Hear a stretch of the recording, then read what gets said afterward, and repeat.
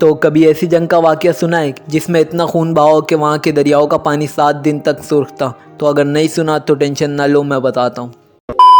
तो क्या हाल है? My name is Waqar Khan and you are watching Waqar presence. Today we talk about Ahmad Shah Abdali. तो आज हमारी हिस्ट्री ऑफ पाकिस्तान वाली सीरीज़ का फर्स्ट एपिसोड होने वाला है। तो अगर चैनल सब्सक्राइब नहीं किया तो कर देना, ऐसी मैं और वीडियोस लाता रहूँगा और इससे पहले भी अच्छा कंटेंट अपलोड करा है तो देख लेना लाजमी। तो जिस जंग का मैंने शुरू में जिक्र करा ना, ये मुसलमानों के सरदार उस वक्त के अहमद शाह अब्दाली ने लड़ी थी यार। तो दुनिया जानती है कि ऐसी जंग लड़ने के लिए मुसलमान जैसा जिगरा चाहिए होता है। तो यार आज की वीडियो में मैं थोड़ा ना फ्रैंक होकर बोलूँगा। अब मैं रटा रटाया बोलूँगा तो यार वो तो एक रीडिंग की तरह निकल जाएगा। तो मैं चाहता हूँ यार कि आप सबको ये रट जाए, तो इस वजह से मैं थोड़ा फ्रैंक होकर बता रहा हूँ, तो यार माइंड मत करना। तो ये कहानी पाकिस्तान आज़ाद होने से भी 200 साल पहले की है। मतलब पाकिस्तान 1947 में आज़ाद हुआ और ये वाक़या 1739 का है, जिस वाक़या पाकिस्तान, इंडिया और बांग्लादेश का वजूद भी नहीं था। ये एक हिंदुस्तान के नाम से जाना जाता था। तो इस वक्त ईरान के मशहूर बादशाह नादिर शाह ईरानी ने अफगानिस्तान के दूसरे बड़े शहर कंदार पर कब्जा कर लिया। इस वक्त कंदार की जेलों में ना बहुत सारे अफगानी कैद थे, जिसमें 16 साल का बच्चा अहमद शाह अब्दाली भी था। वही अहमद शाह अब्दाली जिसने हमारे मुसलमानों का नाम फख्र से बुलंद किया।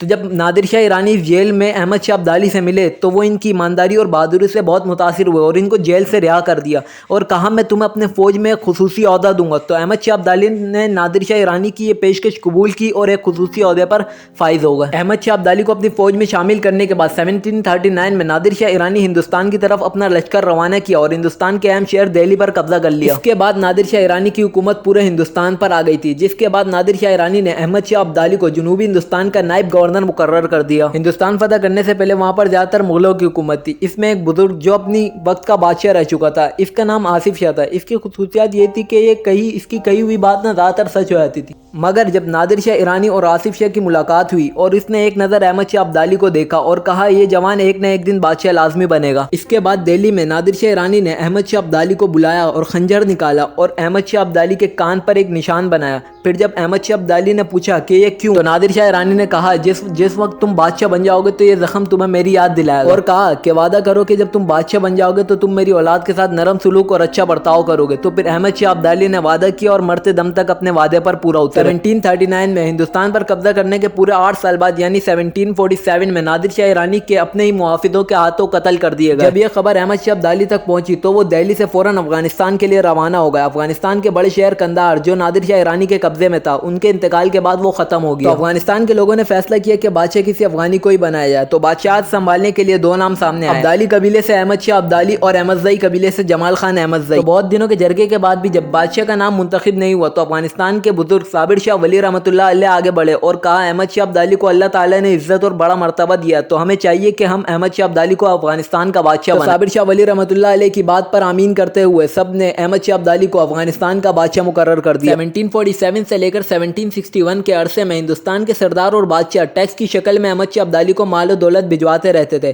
फिर 1761 में हिंदुस्तान में मराठा नाम का कबीला ऊपर आया, जिसने तकरीबन हिंदुस्तान को अपने कब्जे में ले लिया और मुसलमानों पर जुल्म सितम डालना शुरू किया, मस्जिदें शहीद करना शुरू कर दी और इनकी बहन बेटियों की इज्जत लूटना शुरू कर दी। जिसके बाद एक मुगल बादशाह ने अहमद शाह अब्दाली को खत लिखा कि अगर हम मुत्तहिद हो जाएं तो हम इनका मुकाबला कर सकते हैं। तो यह खत जब अहमद शाह अब्दाली को मिला तो वो फौरन हिंदुस्तान के लिए रवाना हो गए और रास्ते में बहुत सारे मुसलमान कबीलों ने भी शिरकत की और जंग के लिए पानीपत के मैदान में पहुंचे। तो ये वही जंग है जिसका जिक्र मैंने वीडियो की शुरू में किया है। इस जंग में इतना खून बहा कि वहां के दरियाओं का रंग 7 दिन तक के सुर्ख था। इस जंग में अहमद शाह अब्दाली ने मराठों को सही मजबूत शिकस्त दी और मुसलमानों को आजाद करवाया। इस जंग में अहमद शाह अब्दाली को माल गनीमत की शक्ल में 500 हाथी, हजारों की तादाद में घोड़े और असलहे मिले। इस जंग पर इंडिया वालों ने एक फिल्म भी बनाई पानीपत के नाम से, जिसमें संजय दत्त ने अहमद शाह अब्दाली का रोल किया। अब तुम्हें तो पता होगा कि इंडिया वाले अपनी फिल्मों में झूठ किस कदर दिखाते हैं, तो लिहाजा इसमें भी इन्होंने पूरी कोशिश की, मगर जंग फिर भी अहमद शाह अब्दाली ही जीत जाता है, क्योंकि ये हकीकत रहती दुनिया तक कोई नहीं बदल सकता। जिसके बाद 1772 में अहमद शाह अब्दाली दुनिया से रुखसत हो गए और अंग्रेजों ने हिंदुस्तान पर अपनी चालाकियों की वजह से कब्जा कर लिया। तकरीबन 150 साल बाद गांधी ने इंडिया और कायद-ए-आज़म मोहम्मद अली जिन्ना ने पाकिस्तान को आज़ाद करवाया। हमारी सीरीज की ये